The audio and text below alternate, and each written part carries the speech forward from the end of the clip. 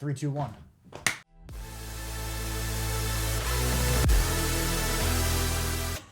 What's going on, guys? Welcome to the Movement Mindset powered by Station Athletics. I'm Chris Hardenberg here with Joe Pasalacqua. And today we're going to be talking about an interesting topic. Honestly, just to let you guys behind the curtain, Joe actually sent this to me this morning. So we're like, let's just freaking talk about this. A guy we follow on Instagram, and I'll just kind of set the stage and then let you run. A guy we follow on Instagram kind of put out there that he's an entrepreneur, successful entrepreneur, that the average work week, I'll say, for like Chinese tech is, he calls it 996. So it's not, you work 9 a.m. to 9 p.m. 6 days a week. And so he threw out a challenge to work 30 days straight as like a means to find your limits and what you're capable of. And so it was kind of like a cool topic that Joe sent to me on Instagram. He's like, let's talk about this today. Let's do it. No, it's so interesting, right? Because what he talks about is that in Asian culture, I think it was Japan. It was something like that. I think it was Japan, he said, but working 12 hours a day, Mhm. 6 days a week, off on Sundays. Right. And that's the expectation, Yeah. right? Like that's pretty wild to think about. It's super wild. Because our society sucks compared to that, right? Like, I mean, let's be real. So remember when we were in college, like the whole concept was like, all right, 9 to 5, 9 to 5, 9 to 5. That shit don't exist no more. Yeah. And now it's 8:30 to 5:30, right? That's like the new expectation. Monday through Friday, right, is the expectation. You're not going to work weekends, etc., right? So that's kind of like the mental trap that people are kind of fall into from like a corporate structure, right? Like if you were to go to an office job every single day, so you're working in finance or some shit, right? Get there at 8:30, you leave at 5:30. And whatever work you get done throughout the day, you get done. And we've spoken about that. The reason why that I feel like our company moves so aggressively forward is because our schedules are pretty flexible as long as the work gets done, right? And sometimes there's way busier weeks and sometimes there's less. Why I wanted to talk about that was people typically look at a 12-hour workday and they think it's insane. Yes. Right? The only people that I know that do that on a regular basis are like firemen, police officers, iron worker union, like people that are working like union-based jobs. They're typically working really long shifts. Yeah. House design nurses work long shifts in hospitals, doctors, the same thing. Not necessarily 5 or 6 days a week, but those are really the only places that I see like 12-hour shifts as like the norm, right? So then if you backtrack to the expectation of why people get so comfortable in that setting of that job is they work this many hours and they get paid X, okay? But then the reality is like, well, if I work this many hours, will I get paid more? Sometimes yes, sometimes no. Right. Right. And then overtime pay and all these other things. So if we kind of flip it to like an entrepreneur basis, when I opened Sparta, if I worked 9 to 5, I would have been out of business in like 3 minutes. Right. Okay. Because there's always something to do to drive everything forward. So you and me talk about every single week about how like we need to drive the business forward and creating a process that's scalable, right? And like all these other things. So when you take conceptually of, all right, if I'm going to work X amount of hours, what am I going to get done? A lot of people in my eyes are just afraid of it because they don't know how to handle working 60, 70, 8 hours a week and still do all their normal things. Right. Kind of what the guy was talking about was essentially what he said was like he challenged everyone to work 30 days straight, 8 to 12 hours a day. Yeah. Every day.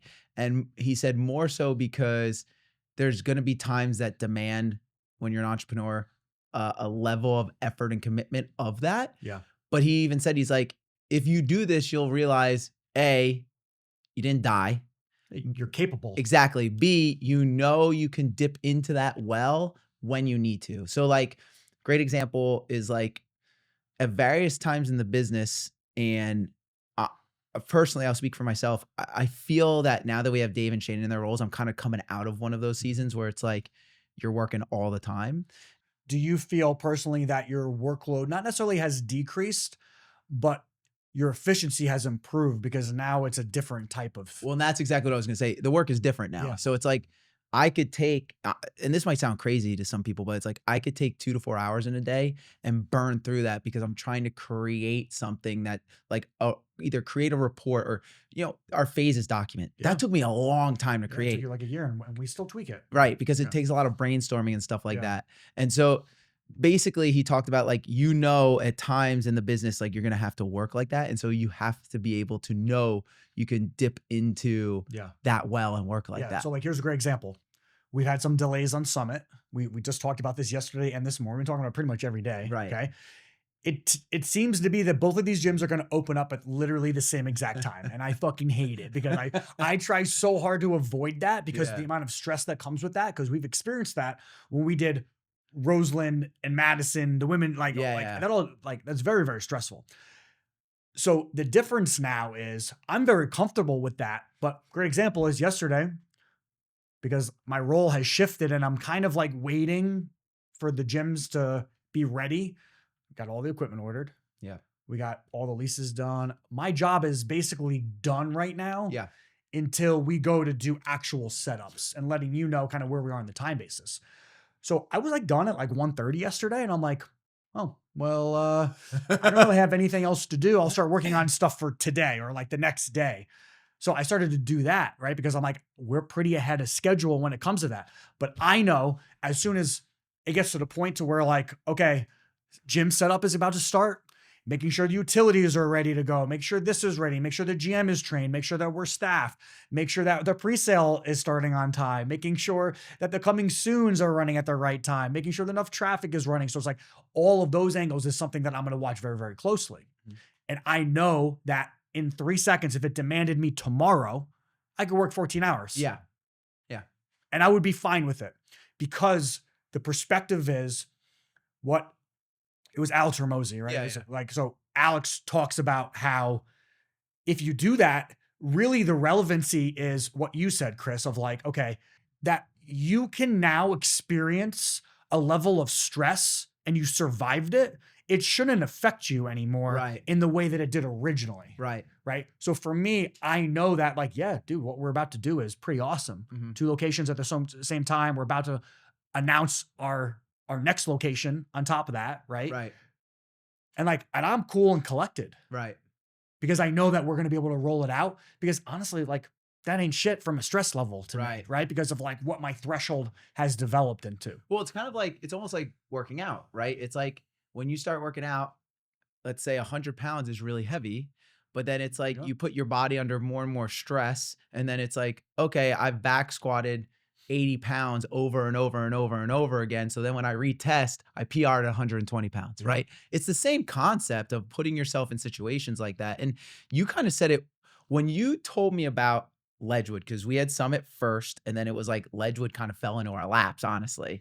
And We didn't know if we were going to do it or not because there was some. well, we were kind of looking Yeah. at two. We were like, do we go here? Do we go here? Yeah. And then Summit, the guy really wanted us to move in. Oh, guy's great. and then Ledgewood was like, you and I walked into the space and we looked at the numbers and we are like, dude, how do we pass up on this location? Where it is. Right. Right on Route 10. The perfect design. Yes. Like we couldn't have asked for a better like raw box Yes. than what it is. And so, and I remember our meeting, you were like, hey, we're going to do both. And we're probably going to do them at the same time. And I remember my first thought was like, dude, are you serious? And then you literally said to me, you were like, I want to do this because I want to see what we're capable I of. want to test it. I Yes. want to test. I know that you and I can handle it. Right. Right. I want to test our staff Right. to be able to say, okay, this is happening. And I hate to say it like this, don't fuck it up. Right. Like that's really the point of this. Yeah. Is to see, because for us to drive the business forward, for you guys that listen every single week, or if you're just starting to get into this, our goal is to get to 10 locations at the end of this year. Yep. Okay. I'm talking about 10 open locations. Yep.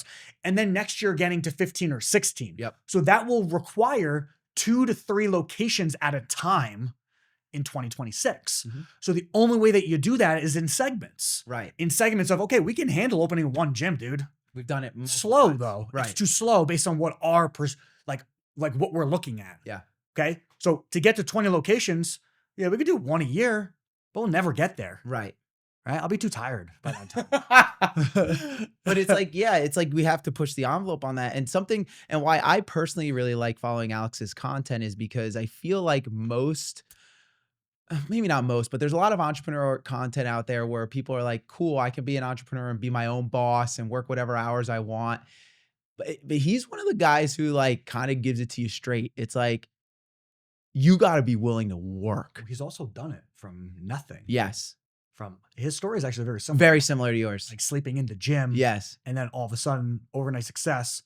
The difference with him is he had a partner that basically robbed him. Right. I don't know if you know that story. No, I've heard it. Yeah, and he started all over again. Yes. Right. So it's like, it's a very similar story to like the brand that we kind of drove forward, you know? So it's like, it's very relatable. So a lot of the things he says is really real. It's not like, and it's not a guy in a suit talking to you. Right.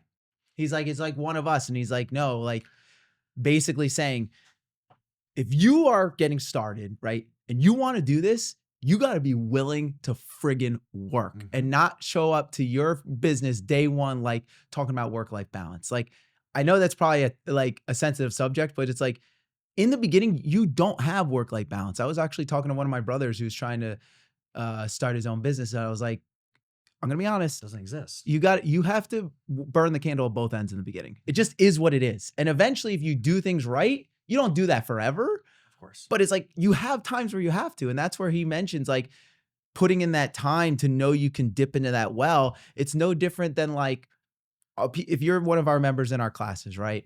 And let's say you're fairly competitive, not like super competitive, but you like doing 5Ks or CrossFit competitions. In class, every once in a while, when you feel good, you got to friggin' lay the hammer down and like push your body to the limits, because then you know, wow, I didn't even realize I had this next gear in me.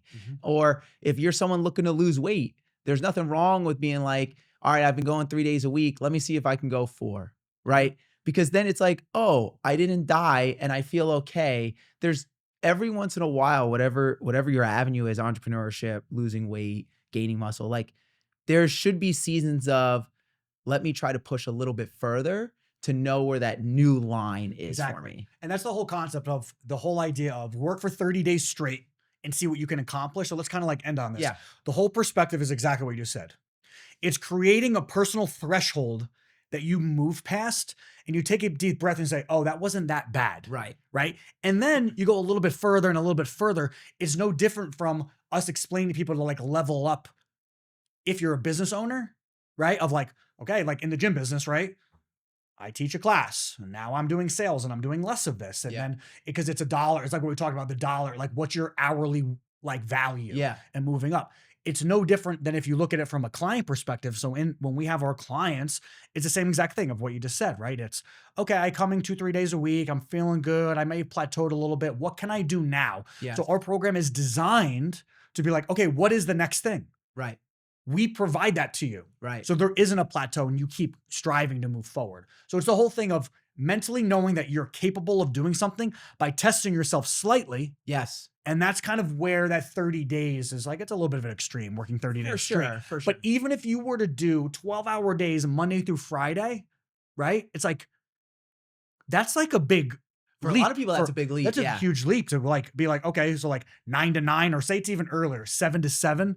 You have to find time to take care of yourself, eat, like, you know, clean your house, like normal chores. If you have kids, like you need to find time to fit all those things in. So that day isn't really 12 hours. It's really like a 16-day, like an hour thing, right? Based on how long you're sleeping and everything else.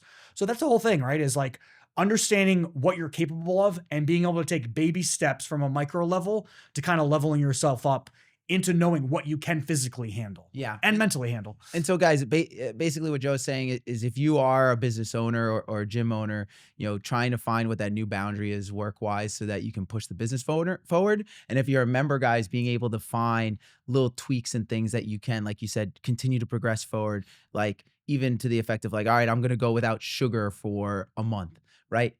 It seems like a long time, but if you do that, you might realize, oh, I didn't die. I was okay. And I feel way better and I lost this weight. And now you know you can dip into that at any time. So thanks for listening, guys. As always, like and subscribe to us on YouTube. Give us a follow on Instagram, 5-star rating on the podcast platforms. See you at the gym. Peace. Peace.